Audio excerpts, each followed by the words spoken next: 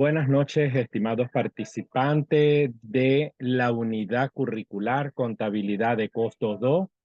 Quien les saluda, su facilitador virtual, el magíster Ramón Oscar Pérez Torres, quien los ha estado acompañando durante estas 12 semanas de clase. En su semana número 9, damos inicio a nuestra cuarta actividad síncrona,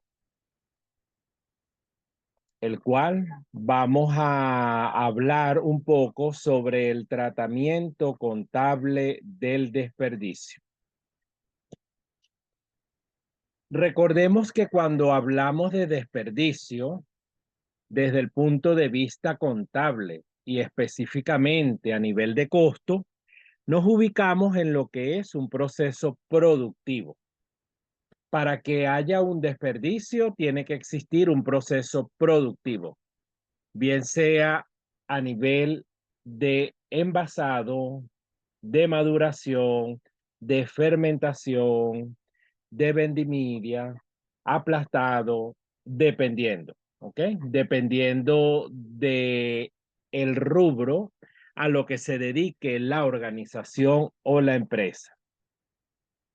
Cuando pasamos por un proceso productivo, es bueno también recordarle que hay tres elementos clave, y esos elementos clave son los elementos del costo, recordando la materia prima, la mano de obra directa y los costos indirectos de fabricación o carga fabril, como también que suele llamarlo muchos autores.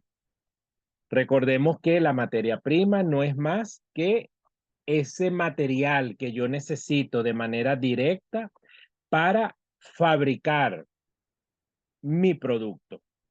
La mano de obra directa no es más que ese personal, es el recurso humano que me permite a mí operar las diferentes máquinas que estén dentro de un proceso productivo.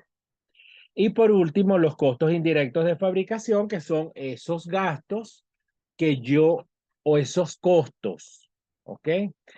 Que no son gastos, ojo, que yo necesito para poder cumplir el funcionamiento y la parte operativa dentro de mi proceso productivo. Recordemos que cuando unimos estos tres elementos, automáticamente sacamos el costo del producto. ¿Ok? ¿Cuánto me costó a mí fabricar? ¿Cuánto me costó a mí elaborar el producto que yo tenga dentro de mi rubro? Ahora bien, fíjense ustedes, cuando hablamos de desperdicio, según Gómez en el 2018 expresa que el desperdicio es toda actividad del proceso que agrega costo pero no valor. Es importante que se comprenda la diferencia entre estos cuatro términos, ya que cada uno se utiliza en diversos procedimientos contables. ¿Ok? Cuando hablamos de esos cuatro, lo ubicamos en una clasificación y decimos unidades dañadas, unidades defectuosas, material de desecho y material de desperdicio. ¿Ok? Cada uno tiene su tratamiento a nivel contable y recordemos también que también va a depender de la política que maneje la organización. Siguiendo un poco nuestro orden de idea, tenemos unidades dañadas. Las unidades dañadas son las unidades que no cumplen con esos estándares de producción y que se venden por su valor residual o simplemente se descartan. Cuando se encuentran unidades dañadas, estas se sacan de la producción y no se realiza ningún tipo de trabajo adicional en ella. ¿Ok?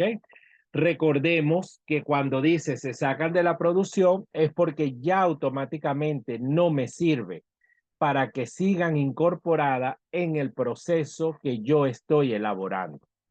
Ahora bien, muchas de esas unidades dañadas se pueden vender a un valor residual, o sea, a un valor bajo, o simplemente la descarto, o sea, no me sirve, yo la boto, ¿ok? Pero cuando tenemos las unidades defectuosas, son aquellas unidades que no cumplen tampoco con los estándares de producción, pero se deben procesar adicionalmente para poderla vender, ¿ok? Como unidades buenas o como mercancía defectuosa, que eso lo vemos mucho, sobre todo en el tema de las ropas, en el tema a veces del plástico, que de repente vemos, no, bueno, esta mercancía está defectuosa y por eso es más barata para su venta, porque no está completamente mala, ¿ok? Esa es la gran diferencia cuando hablamos de unidades defectuosas. Pero también tenemos que según Polimeni en el 2018 expresa que se pueden distinguir entre dos tipos de desperdicio, el normal y el anormal.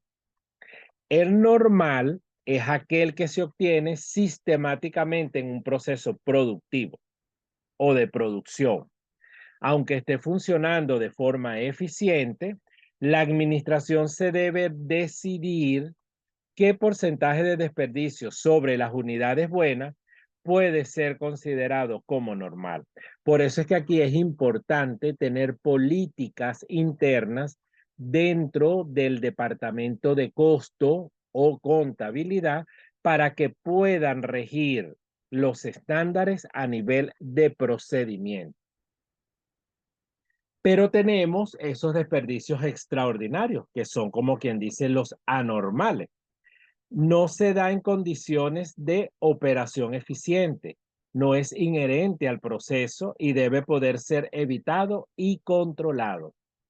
Se trata como pérdidas del periodo y se suelen mantener en una cuenta separada para poder tener mayor información de los costos en lo que ha incurrido debido a ello. Ahora bien, estimados participantes, hablamos mucho de los desperdicios. Los desperdicios siempre van a estar presentes en todo proceso productivo. Lo importante es que se controlen y que el valor de esa merma, de ese desperdicio, sea el mínimo, que no me afecte a nivel del costo de producción. La mayoría de las empresas, esos desperdicios lo venden, ¿ok? Como ya un material que yo no voy a usar, simplemente como chatarra o simplemente ya para mí no sirve.